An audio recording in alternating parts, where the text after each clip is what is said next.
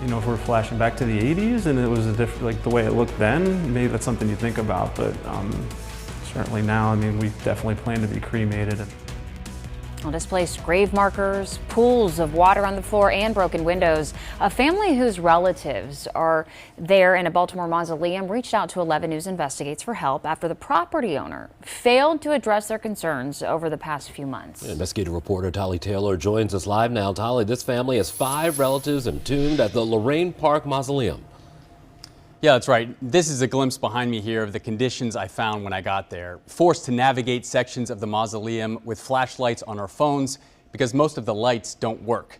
But after I reached out to the property owner about numerous issues, a spokesperson called me, promising big changes were on the way.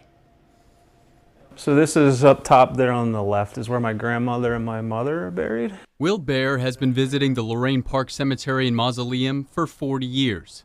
His grandmother Josephine would visit several times a year until she died in 2000, teaching him the importance of honoring those who came before him. That's my grandmother Josephine, and then that's my mother Pamela.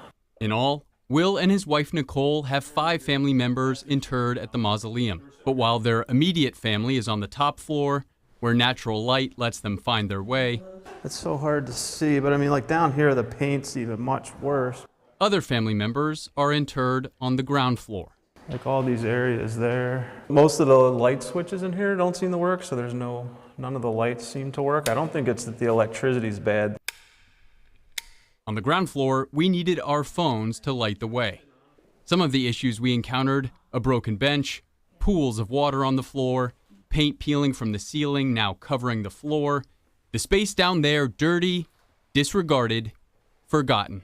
Will and Nicole say it's been like this the past 2 or 3 years, but they still go back. I mean, I think it's tradition, honestly, is a big part of it.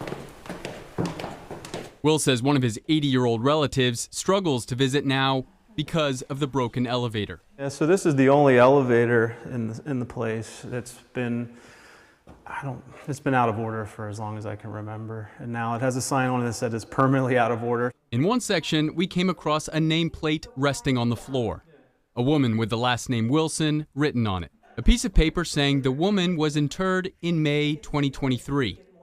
And over a year later, her marker was on the ground. These markers, there's just so many of them down everywhere, you know, that are just leaning and they never seem to actually get replaced.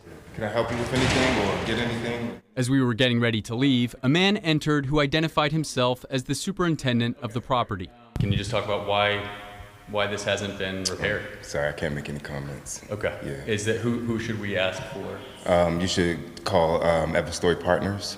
Everstory Partners has a D- rating from the Better Business Bureau and owns more than 400 cemeteries and funeral homes across the country. 11 News Investigates contacted a company spokesperson to ask why money from the Perpetual Care Fund wasn't being used to fix issues and why Will's family isn't getting responses to their concerns. The spokesperson, Michelle Stone, responded in part, "Given the severity of the issues you have identified below, as a precautionary measure, we are going to temporarily close the mausoleum to the public to give us an opportunity to thoroughly investigate the needs of the mausoleum and put together a plan to address any identified concerns." A spokesperson for the Maryland Office of Cemetery Oversight says the state agency has received 12 formal complaints about Lorraine Park over the past 5 years.